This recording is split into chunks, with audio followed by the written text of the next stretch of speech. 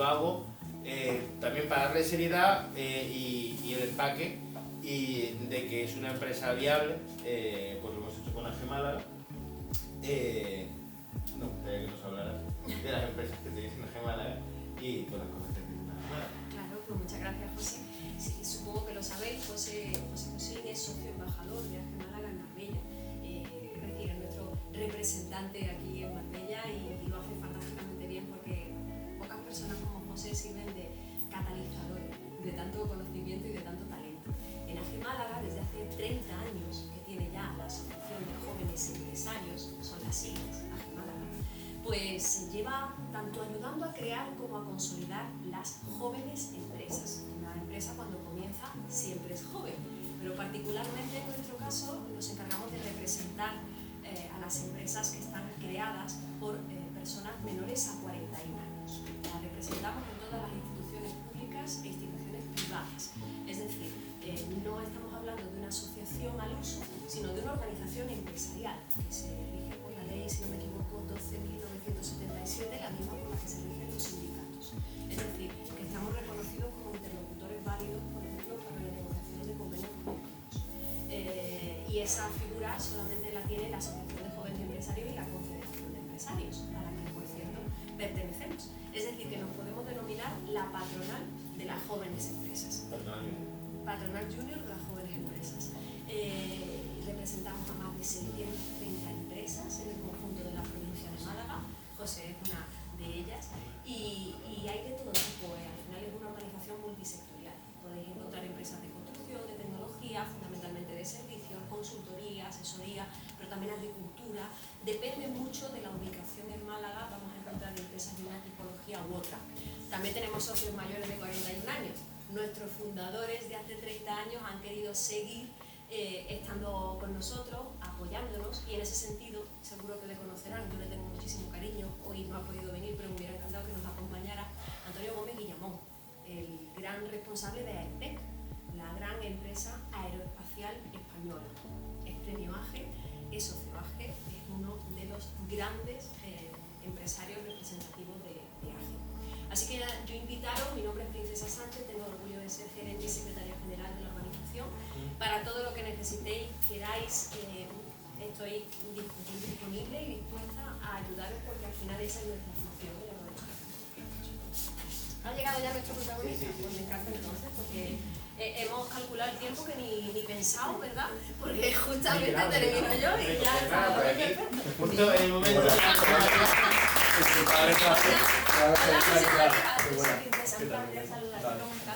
¿Qué tal? Disculpad, buenas tardes a todos. ¿Qué tal? Pasad por ellos si queréis. Hemos tenido... Se está presentando el día intenso y al final iba a venir Eva también para acá con nosotros, pero tiene un problema personal y por eso se nos ha... Efectivamente, así que nada. No te preocupes, aquí estamos bajo el cielo estrellado, por cierto. Sí. Esto ha sido de última hora, que lo he visto delante y me ha parecido gracioso, ¿sabes? Pero bueno, en cualquier caso, he hecho una pequeña presentación, tú no lo sabes, pero yo intento hacer las cosas que haces tú, pero de forma materia en mi terraza. Mira qué bueno. Sí, ahora lo sabe ahora, o sea, esto es, ¿sabes? También debo decir que he fracasado y era lo más esperable. Y además que bastante ahora que he intentado que creciera el regolito lunar, sí, en una mezcla con compost, como Dios manda. Yo soy abogado penalista y ya tengo muchos frentes abiertos. Sí. Pero bueno, intenté que crecieran plantas carnívoras creando un ecosistema cerrado. Y al final se cayó porque se coló un caracol que se comió las plantas carnívoras. Pero las plantas carnívoras, como crecen en sustratos pobres en carbono y nitrógeno, pues se los suministrábamos a través de los insectos, que también se pueden cultivar fácilmente en el espacio. Digo como aportación, ¿sabes? Aunque pueda sonar un poquito de locura, pero bueno, es que estamos investigando y ya he dicho que lo quiero plantear un poquito, que nos presentes tu proyecto. También están interesados en que nos cuentes la patente que tú has desarrollado, que es una patente bastante alucinante. Y también queremos que hables con Rafael Piernagorda, que es quien lleva este podcast, porque en realidad esto se hace en el marco de un podcast que de ciencia y tecnología, que hacemos Rafa y yo y que vamos alternando pues, inteligencia artificial, matemática difusa y cosas que nos parecen interesantes, y esto nos ha parecido muy interesante. Así que yo ya me callo y a partir de ahora sí me gustaría presentar a Rafael Pierna Gorda, que se ha leído el paper científico. También. Es un día de sorpresa, ¿sabes? Porque y bueno, pues él va a presentar tu proyecto y después probablemente tú pues nos pongas la patente. Aquí la patente. Vale, sí, vale, preséntate tú. Sí, genial. Ahora va a hablar Rafa y después se sienta en el centro, que bueno, vamos alternando. Bueno, pues nada, nada, es que es súper interesante. Yo me lo está leyendo un poco el tema sobre todo primero del artículo me lo está leyendo, y es el hecho del concepto de intentar poner un huerto solar, un huerto en la luna.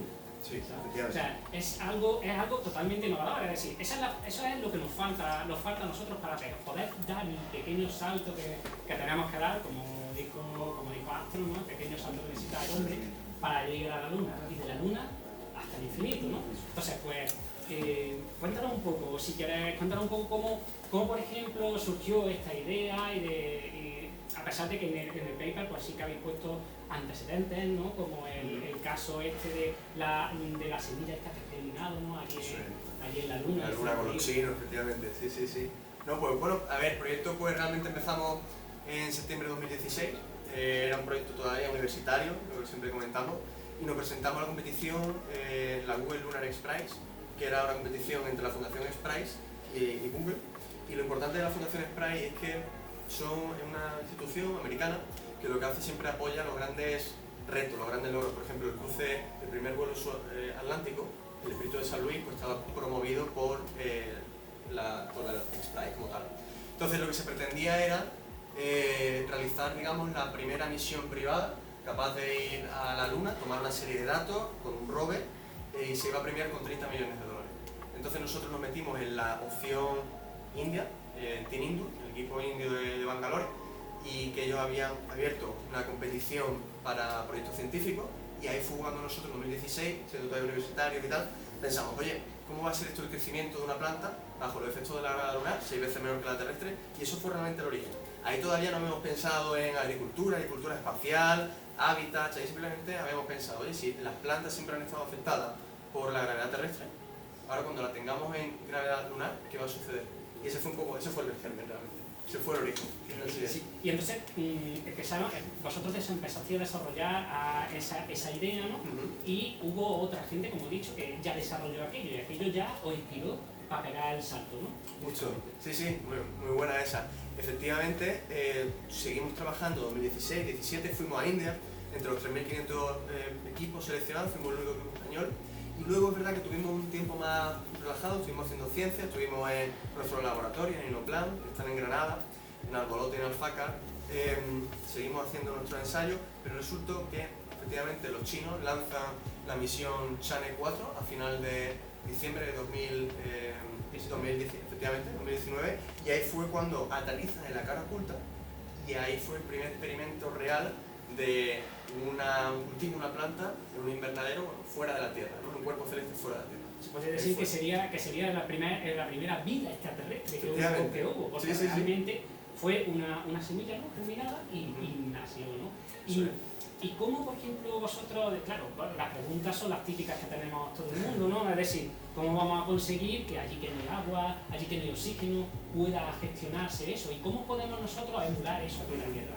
¿Cómo llegasteis vosotros a encontrar el elemento, el LSZ1, para poder conseguir simular todo eso aquí en la Tierra? Muy buena pregunta. Ahí, desde luego, hay que decir, bueno, al final el Green Moon Project, proyecto de agricultura espacial, agricultura lunar, tiene 3 pilares fundamentales: la parte de geología planetaria, biología vegetal y la parte propia de ingeniería espacial. Entonces lo que sucede es que es verdad que a la hora de realizar una serie de experimentaciones, de ensayo, tienes que hacerlo en hábitats que sean análogos, parecidos, y ahí fue cuando nos apoyamos con este suelo de Lanzarote, el ZS-1, muy parecido al del JPL de la NASA. Pues ese tiene una composición muy parecida al que se trajo de la última misión Apolo, de vuelta a la Tierra, y ese suelo, pues la idea de esto, lo importante es que el Lanzarote, pues por ese análogo planetario, digamos, esa combinación tanto volcánica, basáltica que tienes en el suelo, pues eso es lo que nosotros nos hemos apoyado, porque cuando vayamos ahora a estas misiones, estos asentamientos humanos, que se está hablando de poner en la Luna, ¿no?, en Marte, de si Elon Musk, la NASA, ¿no?, Estados Unidos, China, Rusia, pues todo el mundo está apuntando para allá, pero realmente no se sabe cómo va a ser el cultivo usando ese suelo in situ. Y una vez que vayamos fuera, tenemos que usar los recursos in situ, porque mandar algo al espacio cuesta muchísimo dinero, y entonces realmente nos tenemos que apoyar en lo que ya tenemos. Entonces la idea y el valor añadido con el que contamos el equipo de Green Moon Project es que realmente, pues sí, vamos a estar haciendo esta agricultura, pero también ya estamos embebiendo conceptos de hortícola, de agricultura hortícola, es decir, que las plantas que estamos usando pues van a ser sobre todo también pues, para dar de comer a esos futuros astronautas, a esos futuros turistas espaciales, que ya lo están empezando a ver, y hay mercado en esa dirección, y también en la misma línea ya estamos embebiendo esos ensayos con este suelo de Lanzarote, con lo cual ya estamos viendo qué es lo que va a hacer falta suplirle, porque por ejemplo el suelo de la Luna tenemos mucho nitrato, tenemos mucho nitrógeno, y eso es lo que tenemos que ver de qué manera, y en Marte nos sobran muchas sales, y hay que filtrar, hay que quitarse eso. Entonces hay muchas empresas del mundo de los fertilizantes, contamos con el Grupo Aurora que está apoyando el proyecto, también se suma al proyecto Novagri, aparte de las que ya contábamos en el proyecto, en el equipo, que están interesadas en desarrollar estas futuras ideas, estos futuros conceptos de fertirriego, de riego en el espacio, hay que sacar patentes en esa línea, y también de fertilizantes. Ahora también las empresas de agricultura, ya no solamente el fertilizante para la tierra, sino ya también están poniendo un poco la mira en, oye, ¿y esto? Si va más. Entonces estamos ahí también sumando, estamos haciendo esa ciencia avanzada. Claro, las plantas, cualquier ser vivo que vaya allí a la Luna, una de las cosas que siempre se va a encontrar es el tema del agua. Obviamente la tierra que no vayamos a encontrar en la Luna, pues ya la tenéis analizada, pero ¿y tú cómo crees que puede ir en el futuro el consumo del agua? Porque obviamente entiendo que los seres humanos también que vayan allí necesitarán agua, y también se necesita oxígeno. Claro, eso retroalimenta, ¿no? Crear una huerta pues significa que tú consumes el dióxido de carbono y puedes generar oxígeno, pero necesitas el componente del agua. Justo. Por suerte, y estamos de suerte, en la parte del polo sur de la Luna, en el cráter Shackleton, que es donde ahora mismo todas las misiones, todas las agencias espaciales están apuntando ahora mismo, hay muchísima agua, hay mucho hielo, hay mucha agua congelada, y entonces es por eso por lo que ahora cada vez más se está viendo que muchas misiones, ya no únicamente privadas, por ejemplo hace poco Firefly Aerospace aterrizó en la Luna también, Intuitive Machine casi, aterrizó, pero no llegaron a aterrizar bien del todo, pero bueno, aún así lograron el granito que era plantarse en la Luna. Está habiendo muchísimo empuje y está habiendo muchísimo interés, porque realmente un poco el primero que llegue genera una zona alrededor de la nave, que son las zonas que le llaman zonas de luz, que todo eso pues va a quedar protegido para el país al que pertenezca o del que nazca, digamos, esa empresa. Entonces está habiendo mucho interés pues, por todo el tema de la utilización de los recursos in situ, también hay tema de minería espacial, y es verdad que va en esa dirección. Y volviendo al punto, con el tema de agricultura, es verdad que agua va a haber allí, y en ese sentido, pero también tenemos que pensar que desde un punto de vista de proyectos, de agricultura espacial, de estos hábitats, que nosotros estamos moviendo en Green Moon Project, desarrollando, realmente van a ser sistemas de soporte vital totalmente cerrados, con lo cual inteligentemente, y gracias por conceptos y tecnología ya como el propio algoritmo de inteligencia artificial, y todo esto es lo que estamos embebiendo en el proyecto pues, para que se haga de la manera más óptima. Realmente pensamos que... Porque, claro, aquí, una de las cosas, como estás comentando, una de las cosas que, por ejemplo, yo cuando empecé a ver el proyecto me llamó mucho la atención, porque es que es una idea bastante innovadora, es el hecho de que vosotros habéis creado un dispositivo, ¿no?, para poder meter allí las plantas y poderlo germinar, porque, claro, uno de los problemas que nos vamos a encontrar en la Luna, obviamente, es el hecho de que la Luna, mientras le está dando el sol, pues tiene temperatura, pero en el momento en el que llega por el otro lado, se congela. Y ahí es donde todas las días de noche, ¿no? Sí, va alternando, pero podemos hablar de que el día lunar, efectivamente, y la noche lunar, que duran del orden mucho más, ¿no?, que lo que estamos acostumbrados en la Tierra, ¿no? Pero justamente, o sea, realmente al final, nosotros en Green Moon Project, lo que hemos ahora mismo cerrado, lo que tenemos firmado, es un lanzamiento al espacio a final de diciembre de 2026. Entonces, ¿qué tenemos? tenemos una startup española, Orbital Paradigm, que ha desarrollado pues, una cápsula totalmente presurizada, sellada, que va a orbitar la Tierra desde unas horas hasta 10 días potencialmente, y luego va a devolver esa cápsula de vuelta a la Tierra. Con la carga de pago, con lo que haya en el interior, te lo devuelven. Entonces, ¿cuál es el valor añadido de esto? España no tenía esa capacidad, espacialmente hablando, hasta que esto suceda el año que viene, y esto irá a bordo de un cohete Miura 5 de PLD, de los españoles, o si no llegaran a tiempo con el cohete, pues a lo mejor iríamos a bordo de un SpaceX, un Falcon 9, un Falcon 9 de SpaceX de Elon Musk. Entonces, realmente nosotros, y esto es gracias, digamos, a la democratización del espacio, el acceso al espacio, hemos conseguido tener un ticket de vuelo en ese primer viaje espacial que va a hacer Orbital Paradigm con PLD, y dentro de su cápsula vamos a meter nosotros nuestro invernadero, ¿vale? De forma que vamos a tenerlo orbitando la Tierra del orden hasta unos 10 días potencialmente, si todo fuera bien, y luego ya no solamente monitorizando el cultivo en tiempo real, en ingravidez, porque no tenemos que perder de vista que nuestro objetivo realmente es ir a la Luna, pero tenemos este medio step, este paso intermedio, que vamos a orbitar la Tierra en ingravidez, con lo cual nosotros vamos a ser capaces de conseguir muchos datos para tenerlos a bordo con nosotros y hacer nuestra ciencia, ¿no? Y vamos en esa dirección. Entonces realmente es el gran momento en el que estamos con Green Moon Project, efectivamente. Claro, porque en esa cápsula pues, vosotros conseguís controlar todos los parámetros, claro, porque tenéis que encerrarlo completamente, que el agua no se escape, que no entre absolutamente nada, que la temperatura sea correcta y todo lo demás. ¿Y cómo ha sido ese proceso, ¿no? El proceso ese de crear, porque crear cualquier cosa siempre la gente suele pensar, eso llega, lo crea y punto, ¿no?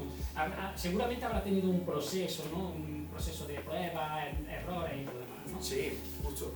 Y hay que pensar, el tema del proceso, realmente hay que pensar que es que realmente empezamos como un equipo de jóvenes universitarios y fuimos madurándolo. Entonces, lo que comentaba anteriormente de esos 3 pilares que tenemos en el proyecto, la parte de geología planetaria, hemos contado en el equipo con científicos de alto renombre, como el doctor Jesús Martínez Frías, del Instituto de Geociencia, además una alta eminencia en la Real Academia de Ciencias de España. En el mundo de la geología es la mayor eminencia que tenemos a nivel espacial. Y de ahí también fue la conexión con primero el Cabildo de Lanzarote, ahora estamos con también el equipo de catedrático Madariaga, de la Universidad del País Vasco, haciendo una serie de ensayos con el suelo de la isla de La Palma, de la erupción del Tajo Baite, del volcán del Tajo Baite. Estamos usando ese suelo que va a ser el que nos llevemos con nosotros al espacio. Y eso es el bloque geológico planetario, ¿no? La maduración, biología vegetal. Tenemos empresas de agricultura que son las que han dado ese know-how, ese expertise, porque de otra manera yo lo que digo siempre, o sea, yo al final, la última clase que tuve de biología la tuve en tercero de la ESO, tenía 15 años realmente, entonces si no es porque tengo al equipo, ¿sabes?, de biólogo, Eva hubiera estado aquí, lo hubiera contado, pero es Innoplan, es el grupo de obra, ellos son los que a nosotros nos dan ese conocimiento, y luego obviamente tenemos la parte de ingeniería. La ingeniería es el soporte, y como comentábamos, al final tenemos todas esas variables en el invernadero, todo totalmente controlado. Al final tenemos que pensar que las plantas pues, siempre han estado bajo los efectos. Las plantas primero eran algas, en los océanos, en los mares, luego saltaron a la Tierra, pero siempre bajo los efectos de la gravedad terrestre, que es 9,8 metros partido segundo al cuadrado, la fuerza con la que nos atrae la Tierra.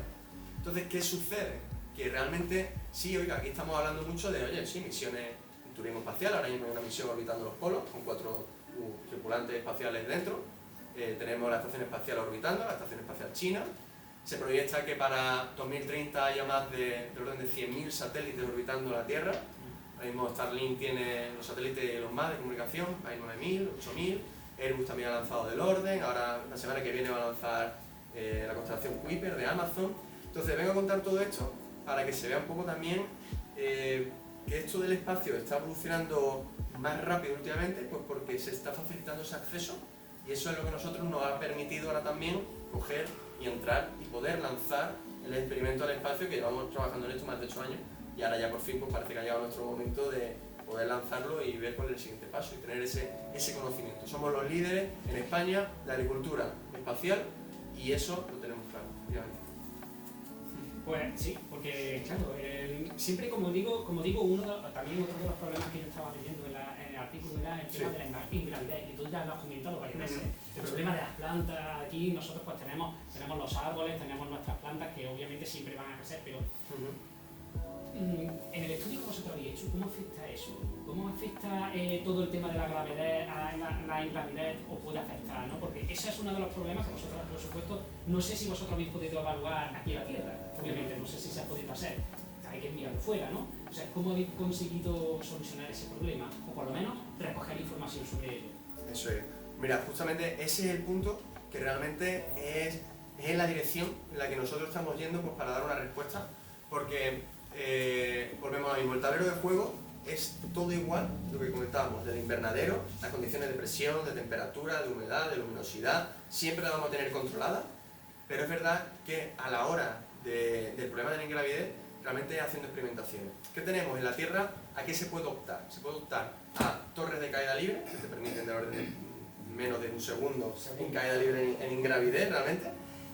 Tenemos vuelos parabólicos, que se hace, pues, te vas 2 horas a volar con un Airbus, una 320, una 319, y hace del orden de, ¿cuánto era? 30 parábolas.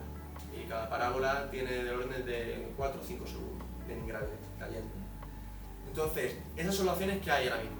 Pero, ¿a qué aspiramos nosotros? Y por eso era realmente muy importante cuando firmamos este acuerdo de colaboración con el Centro de Exploración Espacial Chino de la Universidad de Chongqing, el paper científico que publicamos, que ahí realmente pues intercambiamos los datos que ellos tenían del primer experimento en la Luna, en la cara oculta de la Luna de 2019, con nuestro experimento de Granada, usando el suelo de Lanzarote, usando ese análogo, ese suelo lunar parecido, ese análogo planetario, y hicimos ese trueque pues, para poder tener acceso a esos datos de ingravidez.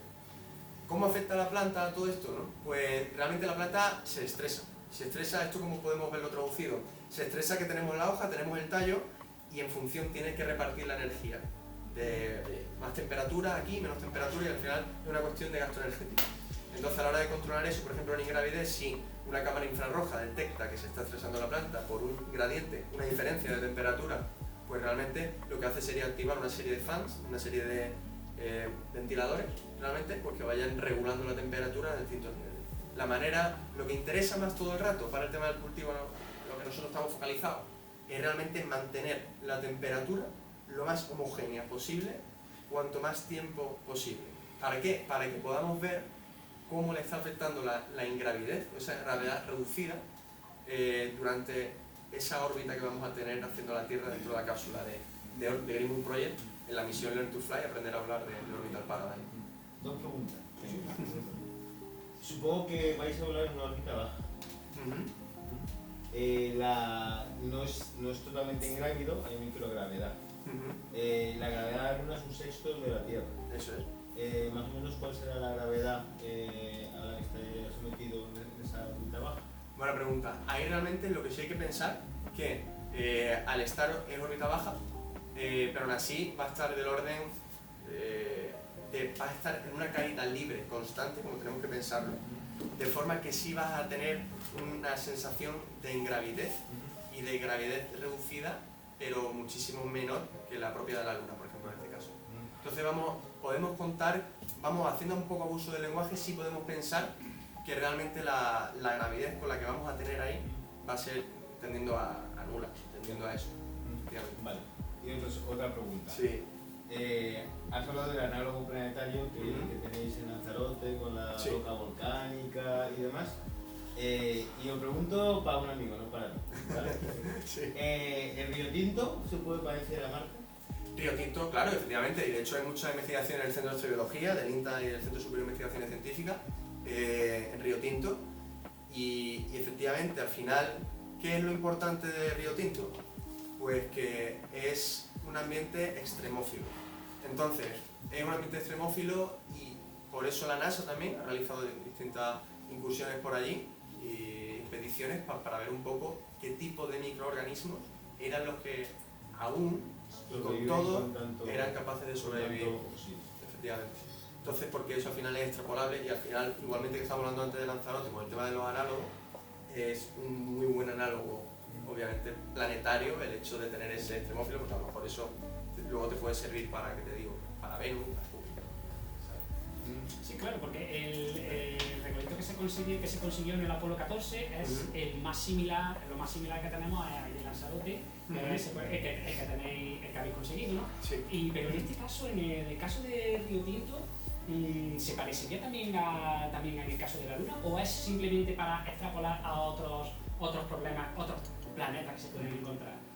Muy bien, sí, a ver, realmente con el tema de los análogos planetarios va mucho también en función de lo que la comunidad científica, digamos, esté más focalizada a estudiar en ese momento, y coincide que sí es verdad que igual que puedes extrapolar a lo mejor lo de Lanzarote o puedes extrapolar lo de Río Tinto, ambos en cada uno de sus lados, digamos, tiene su interés, ¿no? Y su importancia, ¿no? Entonces, bueno, y extrapolarlo, sí, al final tenemos que pensar que todo lo que estamos hablando, y con Green Moon Project también es lo que estamos hablando, mucho es a buscar esa analogía, buscar, oye, ¿qué es parecido? ¿Qué podemos probar? Por ejemplo, en el caso de Green Moon Project, volvemos un poco a esos ensayos de ingravidez. Los vuelos parabólicos a nosotros no nos cuadran tanto, bueno, la torre ya muchísimo menos, por eso estamos como locos por posicionar Green Moon Project pues, en un orbitador terrestre que pudiera pues, darnos esa visibilidad de cómo iba a ser esa ciencia en ingravidez, para que luego, ya estamos viendo, porque está habiendo muchas misiones privadas, se proyecta que para el año 2030 haya unas 300 misiones privadas a la Luna, de compañías comerciales, compañías privadas, con lo cual 2030. O sea, eso es ya mañana, pero 300, de hecho hace 3 semanas hubo 2 o 3 misiones esa misma semana a la Luna aterrizando. Entonces, con esto vengo a deciros que, al igual que hace 10 años, para Green Moon Project a lo mejor no hubiera sido tan factible ese acceso al espacio, y vamos ahí en 2026, yo no sé, o sea, no sería loco pensar o visionar que para el año 2030 podamos tener Green Moon Project experimentando en la Luna. Pero faltan realmente 5 años. Hay estructuras aquí en la Luna ahora mismo montadas que permitan llegar allí y desplegar directamente a robots autónomos para montar, porque entiendo que no es factible mandar a seres humanos para montar. Primero irán los robots, montarán la estructura y todo lo demás. ¿Hay estructuras ya montadas o robots capaces de montar estructuras en un ambiente tan hostil y con una gravedad tan baja como en la Luna? Justo. Pues mira, noticias de esta semana, Thales Alenia Space, en Milán, en Italia, acaba de entregarle a la NASA el módulo central del Gateway lunar, que es decir, esto va a ser la estación espacial que va a estar orbitando la Luna, para la misión Artemisa. La misión Artemisa son las futuras misiones de la NASA con el resto de aliados espaciales para llevar de nuevo a los humanos a la Luna. Vamos a ver China también con qué velocidad. Y esto estructura realmente cada vez, lo que comentaba antes, cada vez tenemos más aterrizadores privados, con lo cual el acceso, la puerta está abierta para que nosotros podamos ir con ellos. Y luego es verdad que sí que se va a empezar a construir ya estos hábitats en la Luna, porque son esa necesidad. Lo que comentaba antes del Gateway lunar, la puerta espacial lunar que va a poner allí la NASA, pues también ahora vamos con esos hábitats a la Luna. Y va en esa dirección, efectivamente. Claro, el problema de montar la estructura y todo lo demás es que no podemos enviar de aquí, pues los materiales no podemos enviar de aquí, tienen que ser materiales de allí. Y como vuelvo a repetir, el problema de allí es que es el problema del agua, porque el material de allí prácticamente es polvo. Hay que compactarlo y hay que poderlo poner. Y una vez que se compacte, hay que asegurarse de que no se desmorone con el tiempo. Entonces, ¿eso sabes cómo lo están resolviendo? ¿Cuáles son los hitos que tienen pensado en el futuro? Porque si estamos hablando de 5 años, como vamos a suponer 10, ¿de acuerdo? O sea, tienen que tener ya algo pensado y algo preparado para empezar a enviar.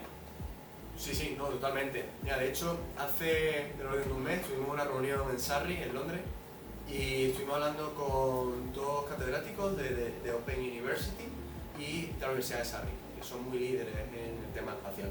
De hecho, el New Space, el nuevo espacio, ahora que todo el mundo está hablando New Space y constelaciones espaciales, tal, en mi opinión, nace en Surrey cuando empieza SSTL, una empresa que empieza, digamos, el estándar de CubeSat. El CubeSat es un satélite que es un cubo, digamos, de 10 centímetros de lado, y eso ha sido lo que ha permitido ese estándar, ha permitido que se popularice tanto el tema del espacio a bajo nivel. Ahora podemos estar hablando de constelaciones, el Internet de las cosas, conectando todo el tema de agricultura para dar soporte cultivos, todo esto, ¿no? Y justo allí, el profesor, no me acuerdo el nombre ahora, pero están ahora mismo desarrollando con ese regolito lunar, y a la hora de compactarlo están viendo cómo embeber toda esa ciencia con la ciencia y de los últimos años de impresión 3D. Impresoras 3D cómo combinar esto pues, para luego poder, digamos, construir. Entonces los conceptos que está viendo ahora mismo mucho es, oye, esa impresión 3D, esa impresión aditiva de cómo vamos a poner ese regolito, ese suelo,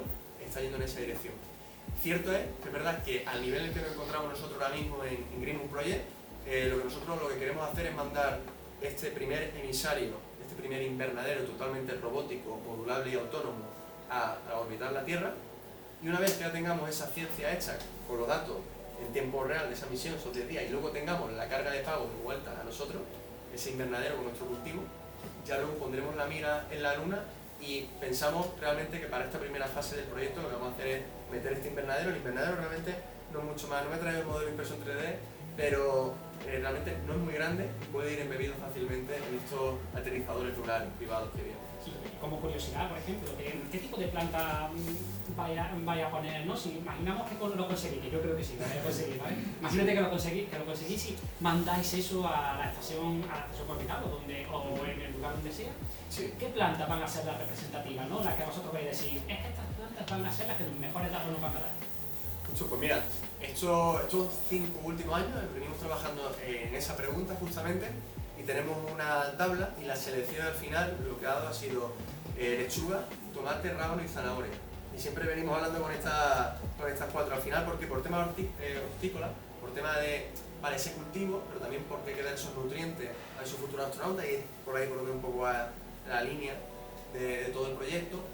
Y también lo que se está viendo sobre todo es el tema del rábano, porque al final el ciclo de crecimiento es muy rápido, en menos de 10 días podemos tener la planta entera cultivada, o sea, cultivada, germinada y crecida, y podemos verlo entero de manera que si la misión a órbita terrestre va a estar orbitando la Tierra hasta esos 10 días, vamos a tener la capacidad de poder ver cómo ha sido ese cultivo y compararlo con uno igual en la Tierra y entonces ver, oye, cómo le ha afectado al tallo, ha crecido más, ha crecido menos, tamaño de la hoja, más, menos, y al final ahí es donde estamos un poco enfilando.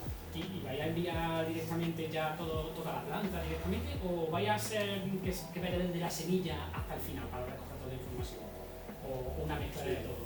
Justo, pues mira, para la misión de Orbital Paradigm en 2026 al final se ha decidido que va a haber una mezcla, con lo cual, ¿qué tenemos? Vamos a tener un invernadero totalmente, en el mismo invernadero vamos a tener la mitad totalmente cerrado y sellado y vamos a tener ya unas plantas cultivadas. ¿Por qué? Porque en el caso de que la misión al espacio pues, al final dure solamente unas pocas horas, por lo menos para haber tenido ese record, esas grabaciones en tiempo real de cómo ha sido, pues, cómo le ha afectado esa ingravidez a la planta ya crecida.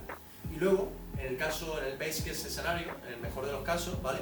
Vamos a tener hasta 10 días un cultivo, con lo cual ese cultivo sí que va a empezar a germinar en ingravidez y ya en el espacio. Y esa es la idea, que una vez que esté en el espacio, el invernadero sabrá que está en el espacio, se activarán los actuadores, de forma que se haga un release de energía. El otro día me estaban explicando, estamos haciendo esto junto con Novagric, una empresa almeriense murciana en el tema de agricultura, experto en riego, y estaban explicando un poco la ley de Joule y cómo vamos a ir haciendo por el tema de cavidades y todo esto, para que el agua se vaya viendo guiada para poder realmente nutrir, digamos, a la planta, hidratar la planta. Mi conocimiento de verdura y todo no son muy altos, ¿vale? Así que a lo mejor la pregunta que te voy a hacer puede sonar un poco... Pero yo sé que, por ejemplo, el tomate requiere de mucha cantidad de agua, es decir, ¿habéis buscado también esos 4 verduras para que se compaginen entre los diferentes para la cantidad de agua? ¿O? Justo, sí, efectivamente. De las 4, efectivamente, el tomate es la que más agua requiere. Es verdad que sí que estuvimos haciendo esa apuesta por todo el tema hortícola para ir en esa dirección, pero realmente volvemos al punto final. En los sistemas de soporte cerrado, para lo que nosotros aspiramos, realmente queremos ver cómo afecta esa ingravidez o esa gravedad reducida a esos cultivos, pero el tema del agua, y en cierto modo es verdad que en una fase inicial, o sea, tenemos que pensar que al final a lo que estamos aspirando es esa agricultura espacial, pero nosotros ahora mismo queremos ver esa ciencia y estamos desarrollando esa ciencia, pero es verdad que cultivos más a largo plazo, eso ya quedan bastantes décadas todavía para que lo veamos, ¿no? Y ahí, pues bueno, para entonces yo creo que ya tendremos el problema del agua mucho más resuelto, porque ahora mismo había que procesar del orden de varias toneladas para conseguir extraer agua y allí en la Luna, pero bueno, yo creo que para entonces ya estará aquello, tendremos las tecnologías y estará aquello solucionado. Y yo esta pregunta te la voy a hacer porque mucha gente o sea, desconoce completamente esto. Sí. ¿Cómo, por ejemplo, se puede obtener agua? Porque claro, tú no puedes enviar de aquí un pedazo de cohete con toda la cantidad de agua que necesita toda la gente y todo lo demás, y más teniendo en cuenta de que va a haber huertas, una huerta y todo lo demás. ¿Tú sabrías cómo explicarnos, por ejemplo, cómo se obtiene ese tipo de agua? ¿Cómo el agua se obtiene? Sabría explicar cómo, por ejemplo, la Estación Espacial Internacional, ahora mismo habrá del orden de 8 o 10 astronautas, cuentan con menos de 3 litros reciclados diarios para todo lo que tienen que hacer en un día. Y eso se lo tienen que gestionar tanto para ducha, para beber agua, para hidratar los alimentos de los sobres que tienen, y eso lo tienen que gestionar de esa forma. Y hasta así era hasta hace unos años, ¿no? Entonces, y el agua es cara ahí. Y el agua, bueno, claro. Es ahí, o sea, en una vida, vamos. Total, hay que pensar, mira, por ejemplo, datos. Ahora mismo mandar algo a la Estación Espacial Internacional está en el orden de 80.000 a 100.000 euros, un kilo. ¿Vale? Y mandar un kilo de lo que sea a la Luna va del orden del millón de euros. ¿Vale? Entonces, Lo has dicho con dolor en la voz. Sí, lo he dicho, todo duele porque no. Esto, claro, hay que pensar que realmente no vamos a dejar de ir a la Luna y no vamos a dejar de ir al espacio porque sea caro, ni muchísimo menos. Pero ahí es donde también viene el valor que aportamos con Green Moon Project, en el sentido de, oye, de nuevo, ¿qué estamos haciendo? Estamos haciendo esa ciencia avanzada combinando conocimiento de biología, de geología, usando ya ese suelo de Lanzarote, de la isla de La Palma, pues para ir ya avanzando en ese conocimiento e ir un poco por delante para saber qué vamos a tener que hacer, qué vamos a tener que proveer a esos alimentos para realmente tener ese. Y sobre todo qué tipo de materiales, porque ya me lo está diciendo, es que un gramo más te significa 20.000 euros más en el coste. Supongo que habrá sido un esfuerzo y un estrés muy grande para vosotros, para encontrar cómo conseguir eso en el mínimo y lo más comprimido y que pese lo menos posible. Justo. Sí, al final hay que pensar que, y también a la hora del espacio, el espacio es algo muy complicado realmente, y en las cosas del espacio van despacio, porque realmente hay que hacer una serie de ensayos, de vibraciones, realmente todo tiene que ir, porque por ejemplo volamos con más gente en la nave espacial, vamos a decir, entonces más proyectos, entonces tú tienes que garantizar que aunque haya una serie de vibraciones en el lanzamiento, del orden de 3-4 minutos, cuando el cohete está despegando, que realmente eso no interfiera o eso no pueda, esas vibraciones hagan que mi invernadero choque con alguien de otro y le pueda romper, le pueda afectar, ¿no? Entonces aquí lo que sucede con esto, la parte de esa miniaturización, gracias a todos los desarrollos que hay ahora mismo en tema microelectrónico y todo esto, ahí no hemos tenido problemas a la hora de meter, digamos, el ordenador a bordo, o también todos esos actuadores, y al final hay que pensar que, bueno, realmente el volumen que mandamos es muy chiquitito y realmente las plantas ya van a ir algunas crecidas, otras para crecer, y con una serie de sensores para monitorizar el dióxido de carbono, el oxígeno, la humedad, la luminosidad, y vamos efectivamente en esa dirección. Y por último, el tema de la tierra donde va a estar el soporte de los vegetales y todo lo demás, sí. ¿Va a ser tierra de aquí de la tierra? ¿Va a venir sustrato de aquí de la tierra? ¿O va a utilizar vuestro material y demás? Justo, pues mira, hay dentro de esas opciones, muy buena pregunta, de hecho sí que vamos a tener dos opciones, una que combina ese suelo de La Palma, o ese suelo canario, con una serie de fertilizantes, y luego en la otra opción sí vamos a tener un suelo, vamos a llamar un suelo de la tierra, vamos a decir un suelo genérico de la tierra, donde vamos a tener esos cultivos para ver realmente en distintos controles, que luego vamos a tener lo mismo en el laboratorio en Granada, vamos a tener uno con suelo del canario, otro con suelo terrestre, vamos a decir, y ya sobre eso vamos para contrastar un poco con los datos recogidos de aquí, los datos recogidos de aquí, y a ver cómo ajusta, ¿no? Justamente, porque al final ya no solamente, de nuevo, no es el valor añadido únicamente de, oye, estamos haciendo agricultura en ingravidez o en gravidad reducida, sino también ver esa agricultura combinándola con una serie de fertilizantes, combinándola con una serie de suelo, para ver, oye, cómo podemos optimizar esto. Claro, porque realmente tenéis solamente, como se dice, un disparo, ¿no? Es decir, Claro. Vaya a ponerlo allí porque es que es muy caro y tenemos que probarlo todo lo máximo. Claro, hay que probarlo todo, ¿no? Es un disparo de Total, verdad. total. Es un disparo grande, pero es un disparo. Claro, es que one shot, es decir, normalmente Total. one shot tenemos que probarlo todo porque después cuando venga algo más. Mucho. Y que hay que pensar que realmente, oye, con esto de Green Moon, al final, como nosotros lo vemos, vamos a mandar este emisario a orbitar la Tierra unos días, luego, oye, potencialmente a lo mejor conseguimos aterrizarlo en la Luna también.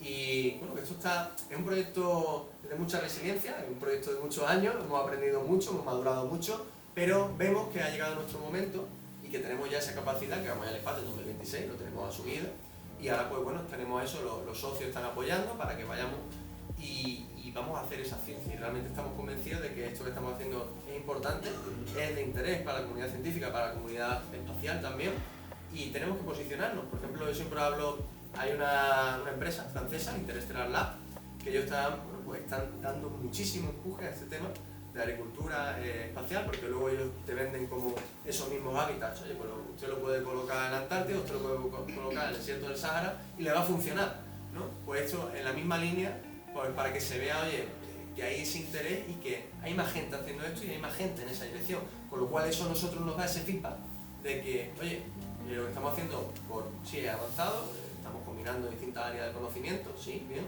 pero oye, tenemos el expertise, tenemos el equipo y otra gente lo está haciendo, oye, pues esto es buena señal.